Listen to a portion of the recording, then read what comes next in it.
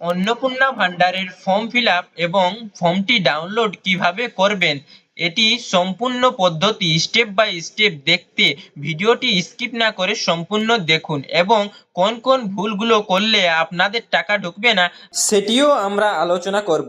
তার জন্য আপনারা ভিডিওটি স্কিপ না করে সম্পূর্ণ দেখুন। সবথেকে প্রথমেই আপনাদের এই ফর্ম ডাউনলোড করার জন্য গুগলে সার্চ করে নিতে হবে লক্ষ্মীর ভান্ডার।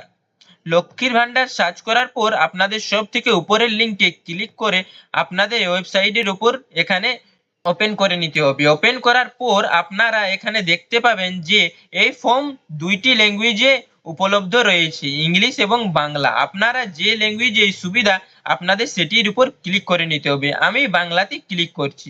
বাংলাতে ক্লিক করার পরে আপনার এখানে ডাউনলোড স্টার্ট হয়ে যাবে এবং আপনার ফর্ম ডাউনলোড হয়ে যাবে। ফর্মটি ওপেন করলেই আপনি দেখতে পাবেন লেখা রয়েছে অন্নপূর্ণা যোজনা পারিবারিক তথ্য সংগ্রহের ফর্ম।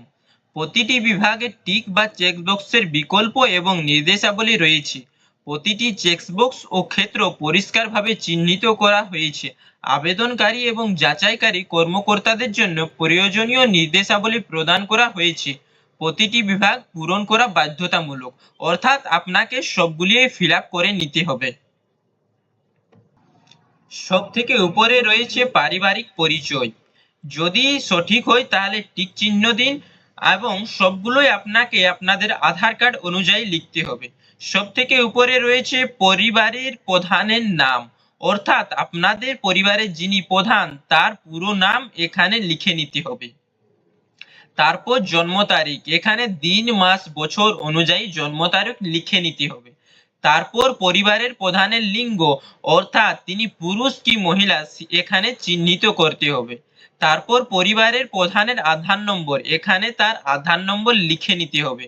5 নম্বরে ডিজিটের রেশন কার্ডের পারিবারিক আইডি, যদি তার রেশন কার্ড থাকে তাহলে 5 নম্বরের এখানে তার রেশন কার্ড নম্বর লিখে নিতে হবে।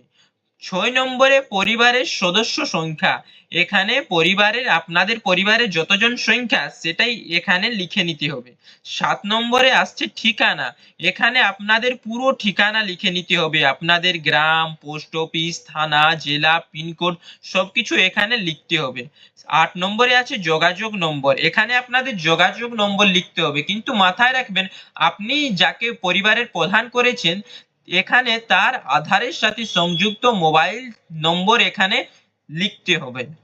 তারপর এখানে আছে 9 নম্বরে নাম, জন্ম তারিখ, লিঙ্গ, পরিবারের প্রধানের সঙ্গে সম্পর্ক, আধার নম্বর, পরিবারের সকল সদস্যদের, অর্থাৎ আপনাদের পরিবারের যিনি প্রধান তার সাথে বাকি সদস্যদের যে সম্পর্ক সেটি এখানে লিখে নিতে হবে।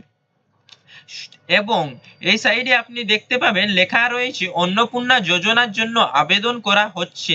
যদি হচ্ছে তাহলে হাঁয়ের উপর, এবং যদি আপনি করেননি তাহলে কোনো এখানে টিক দেওয়ার প্রয়োজন নেই।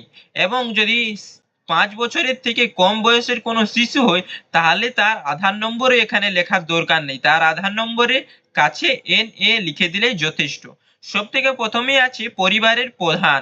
পরিবারের প্রধান যদি এই অন্নপূর্ণা যোজনার জন্য আবেদন করে থাকেন তাহলে এখানে হাইয়ের উপর ক্লিক করতে হবে, এবং যদি না করেননি তাহলে এখানে কোনো কিছু করার দরকার নেই।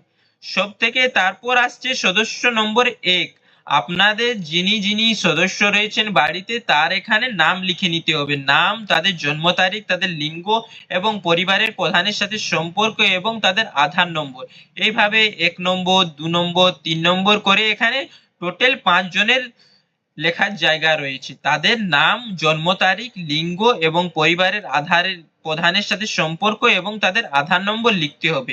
এবং তারা যদি অন্নপূর্ণা যোজনার জন্য অ্যাপ্লাই করে থাকেন তাহলে হাইয়ের উপর এখানে ক্লিক করতে হবে, অর্থাৎ টিক দিতে। 10 নম্বরে রয়েছে পরিবারের প্রধান এবং পরিবারের সকল প্রাপ্তবয়স্ক সদস্যদের ব্যাংক অ্যাকাউন্ট নগদ অর্থ স্থানান্তরের জন্য। আপনাদের বাড়ির সবার এখানে ব্যাংক অ্যাকাউন্টের নাম, ব্যাংক অ্যাকাউন্ট নম্বর এবং IFSC কোড লিখে নিতে হবে। সব থেকে উপরেই যিনি হেড অফ ফ্যামিলি তার এখানে ব্যাংক অ্যাকাউন্টের নাম, অ্যাকাউন্ট নম্বর এবং IFSC কোড লিখতে হবে। এখানে সদস্য নম্বর 1-এর, এখানে 2 নম্বর সদস্যর, এখানে 3 নম্বর সদস্যর করে আপনাদের টোটাল যতজন সদস্য রয়েছে তাদের এখানে ব্যাংক অ্যাকাউন্টের নাম, অ্যাকাউন্ট নম্বর এবং আইএফএসসি কোড লিখে নিতে হবে। 10 নম্বরের পর 11 নম্বরে আসছে এপিক, এইচওএফ এবং সকল প্রাপ্তবয়স্ক সদস্য ভোটার তালিকার অংশ নম্বর সহ। অর্থাৎ এখানে আপনাদের বাড়িতে যার যার ভোটার কার্ড নম্বর রয়েছে, এখানে আপনাদের সেই ভোটার কার্ড নম্বর এবং তাদের বিধানসভা ক্ষেত্র এবং অংশ নম্বর লিখে নিতে হবে। সব থেকে উপরেই আপনাকে আপনার পরিবারের প্রধানের লিখতে হবে, তারপর আপনাকে সদস্য নম্বর 1, 2, 3 আপনি ওই প্রথম ফিল আপ করার সময় যাকে সদস্য নম্বর 1 দিয়েছেন আপনাকে সেই হিসাবেই এইটি ফিল আপ করতে হবে। তারপর আসছে 12 নম্বরে বিভাগ। বিভাগে আপনারা যে বিভাগের মধ্যে পড়েন সেটি আপনাদের এখানে টিক করে নিতে হবে। অসংরক্ষিত, এসটি, এসসি, ওবিসি আপনাদের যেটি প্রযোজ্য সেটি আপনাকে এখানে টিক করতে হবে। তারপর রেশন কার্ড, আপনাদের এখানে রেশন কার্ডের তথ্য ফিল আপ করে নিতে হবে। সব থেকে প্রথমেই আছে আপনার কি ডিজিটাল রেশন কার্ড আছে? যদি আপনাদের থাকে তাহলে হ্যাঁ এর উপর ক্লিক করতে হবে, যদি না থাকে তাহলে না এর উপর ক্লিক করতে হবে। যদি হ্যাঁ হয় তাহলে কার্ডের ধরন উল্লেখ করুন। আপনাদের বাড়িতে যার যার যে কার্ড রয়েছে আপনাদের সেই কার্ডগুলি আপনাদের এখানে টিক করে নিতে হবে। পরিবারের রেশন দোকান থেকে মাস রেশন তুলছে কিনা, আপনাদের বাড়ির যদি আপনারা রেশন দোকান থেকে রেশন তুলেন তাহলে হ্যাঁ এর উপর ক্লিক করতে হবে, যদি আপনারা রেশন না তুলেন তাহলে না এর উপর ক্লিক করতে হবে, অর্থাৎ টিক দিতে হবে। তারপর আসছে সম্পদ, বাড়ির ধরন, আপনাদের বাড়িতে কি 3 বা তার বেশি পাকা ঘর রয়েছে? যদি থাকে তাহলে হ্যাঁ এর উপর টিক করতে হবে, যদি না থাকে তাহলে না এর উপর টিক করতে হবে। তারপর পারিবারিক জমির মালিকানা, আপনাদের যদি পারিবারিক জমির মালিকানা থাকে তাহলে হ্যাঁ এর উপর, আর না থাকলে না এর উপর ক্লিক করতে হবে। এটি রেজিস্ট্রেশনের নথি, মিউটেশন কপি এবং আর হালদাগের তারিখ সহ সর্বশেষ জমির রেকর্ড হিসাবে এখানে ফিল আপ করতে হবে। তারপর রয়েছে পারিবারিক সকল সদস্যদের মোট জমির পরিমাণ, আপনাদের বাড়িতে যতজন সদস্য রয়েছেন তাদের টোটাল এখানে জমির পরিমাণ লিখতে হবে রেজিস্ট্রেশনের নথি এবং সর্বশেষ আর জমির নথি অনুযায়ী। তারপর আপনাদের যানবাহনের বিবরণ এখানে ফিল আপ করতে হবে, অর্থাৎ আপনি বা আপনার পরিবারের কোনো সদস্য কি অবাণিজ্যিক মোটর চালিত 4 চাকার গাড়ি আছে? যদি আপনাদের 4 চাকার গাড়ি থাকে তাহলে হাঁ এর উপর, না থাকলে না এর উপর টিক দিতে হবে এবং এখানে আপনাদের গাড়ির সংখ্যা এবং রেজিস্ট্রেশন নম্বর অন্তর্ভুক্ত অর্থাৎ লিখে নিতে হবে। তারপর পারিবারিক সদস্যদের অর্থাৎ স্বাস্থ্য বীমা, আপনাদের পরিবারের যদি কারো স্বাস্থ্য বীমা থেকে থাকে তাহলে এখানে হ্যাঁ এবং যদি না থাকে তাহলে না এর উপর ক্লিক করতে হবে, এবং যদি থাকে তাহলে কোন ধরনের স্বাস্থ্য বীমা আছে, সরকারি কি বেসরকারি এবং সেটির অ্যামাউন্ট কত সেগুলি এখানে ফিল আপ করে নিতে হবে। তারপর আসছে আপনাদের আয় বা পেশা, কোন সদস্য কি আয়কর বা পেশাগত প্রদান করে, অর্থাৎ প্যান কার্ডের মাধ্যমে কি তারা ট্যাক্স পে করে? যদি এখানে তারা ট্যাক্স পে করে তাহলে হ্যাঁ এর উপর, এবং যদি ট্যাক্স পে না করে তাহলে না এর উপর ক্লিক করতে হবে। কিন্তু মনে রাখবেন যদি তারা ট্যাক্স পে করে তাহলে তারা এই অন্নপূর্ণা ভান্ডারের টাকা পাবে না, তার জন্য আপনাকে এখানে ধ্যান দিয়ে ফিল আপ করতে হবে। এখানে সবারই প্যান কার্ডের নম্বর এবং তাদের সবকিছু এখানে ফিল আপ করতে হবে। যতজন সদস্যের আপনি নাম লিখেছেন যদি তাদের প্যান কার্ড নম্বর থাকে তাহলে এখানে ফিল আপ করতে হবে। তারপর আসছে 3 নম্বরে কর্মসংস্থানের ধরন, এখানে পরিবারে যিনি যে কাজ বা যে পেশার সাথে যুক্ত আপনাকে সেটি ফিল আপ করতে হবে। সব থেকে প্রথমে আসছে পরিবারের প্রধান, পরিবারের প্রধান যদি কোনো সরকারি ক্ষেত্র বা বেসরকারি ক্ষেত্র বা সংগঠিত বা যদি বেকার হয় বা পরিযায়ী শ্রমিক হয় এখানে সেটির উপর আপনাকে টিক করতে হবে। সেম সদস্য নম্বর 1 এর জন্য, 2 এর জন্য, 3 এর জন্য এখানে আপনাকে সবগুলো ফিল আপ করতে হবে।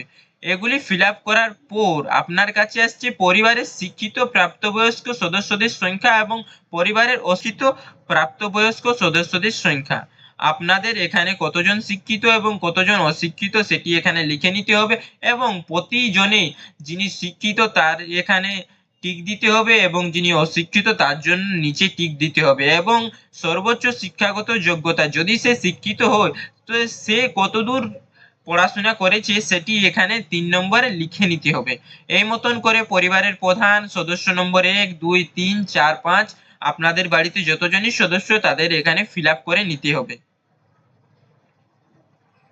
এরপর আসছে 5 নম্বর। 5 নম্বরে লেখা রয়েছে কোন সদস্য কি কোন সাংবিধানিক পদ, মন্ত্রী, সাংসদ, বিধায়ক, পৌরসভার স্থায়ী সংস্থা এবং পঞ্চায়েত সংস্থার প্রাক্তন বা বর্তমান ধারক যদি তিনি কেউ পরিবারের হয় তাহলে হ্যাঁ এর উপর টিক দিতে হবে, এবং যদি পরিবারের কেউ না থাকে তাহলে না এর উপর টিক দিতে হবে, এবং যদি এটি প্রযোজ্য হয় তাহলে তার সদস্য নম্বর এখানে লিখতে হবে এবং প্রয়োজনীয় নথি আপনাকে জমা করতে হবে।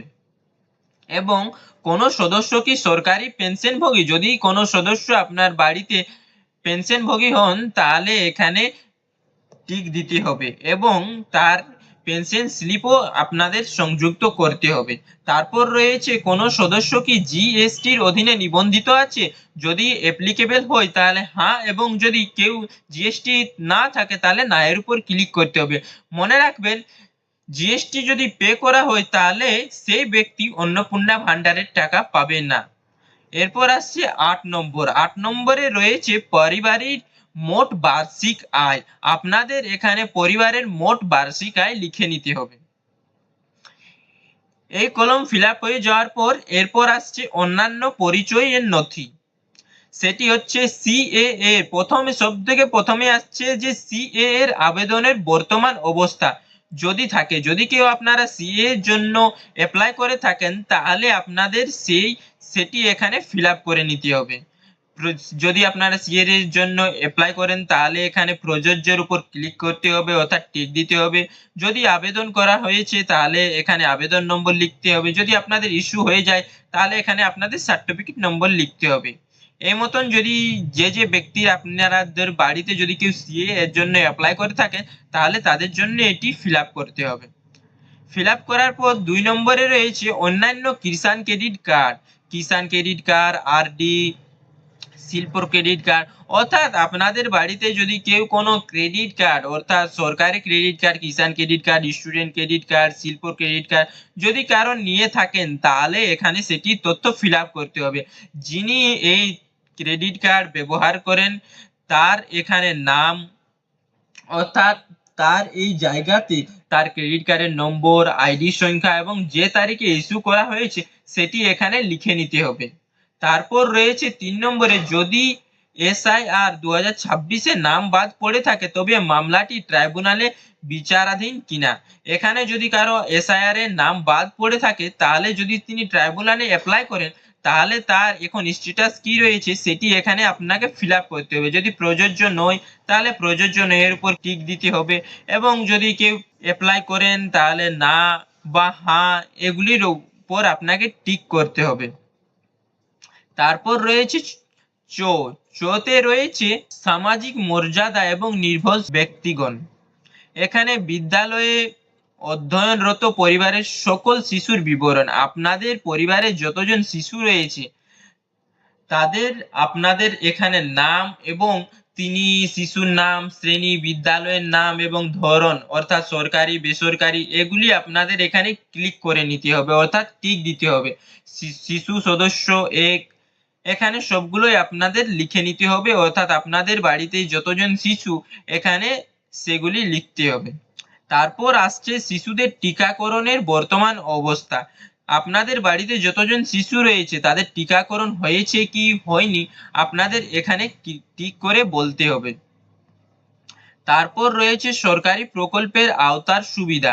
আপনাদের বাড়িতে যদি কেউ সরকারি কোনো সুবিধা পায় ডিবিটির মাধ্যমে তাহলে এখানে সেগুলি ক্লিক করতে হবে অর্থাৎ হ্যাঁ বা না এর উপর টিক দিতে হবে, এবং কোন কোন প্রকল্পের সুবিধা পান সেটিও আপনাদের এখানে লিখে নিতে হবে। সব থেকে উপরেই রয়েছে পরিবারের প্রধান, যদি পরিবারের প্রধান কোনো ধরনের সরকারি প্রকল্প পান তাহলে হ্যাঁ এর উপর, এবং যদি পাননি তাহলে না এর উপর টিক দিতে হবে, এবং যদি কোনো ধরনের প্রকল্প পান তাহলে সেই প্রকল্পগুলির নাম লিখতে হবে। এই ধরনের সদস্য 1, 2, 3 করে 5 জনেরই আপনাদের ফিল আপ করতে হবে। তারপর যদি আপনি লিখেন যে আপনাদের বাড়ির কেউ কোনো সরকারি প্রকল্পের সুবিধা পাননি তাহলে এই পেরাটি ওই অফিসের লোক ফিল আপ করবে। তারপর এখানে ঘোষণা ও সম্মতি। আমি এই মর্মে ঘোষণা করছি যে উপরে প্রদত্ত তথ্য আমার জ্ঞান ও বিশ্বাস অনুযায়ী সত্য এবং প্রযোজ্য হলে আমি সকল সহায়ক নথি প্রদান করেছি এবং উপরের উল্লেখিত কোনো মানদণ্ড বাদ দিইনি। আমি অবগত যে আমার প্রদত্ত কোনো তথ্য মিথ্যা প্রমাণিত হলে আমার সামাজিক সুরক্ষা সংক্রান্ত সুবিধামূলক বন্ধ হয়ে যেতে পারে।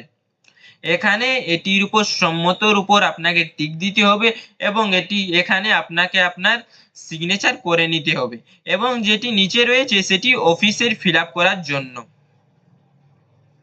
এইভাবে আপনি আপনার পুরো ফর্মটি ফিল আপ করে নিতে পারবেন। যদি আপনাদের ফর্মটিতে কোনো জায়গাতে বুঝতে অসুবিধা হন তাহলে আপনারা আমাদের কমেন্ট করুন, আমরা সেটির রিপ্লাই করে আপনাদের সাহায্য করব।